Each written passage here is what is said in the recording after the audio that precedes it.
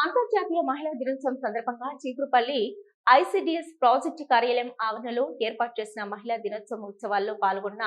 Cheepurupalli MPP Ippili Venkata Narasamma, ZPTC Valreddy Sirisha, sarpanch Mangalagiri Sudharani, MPDO Swetha, ICDS PO Usha, supervisors, anganwadi teachers, ఆయాలు పాల్గొన్నారు.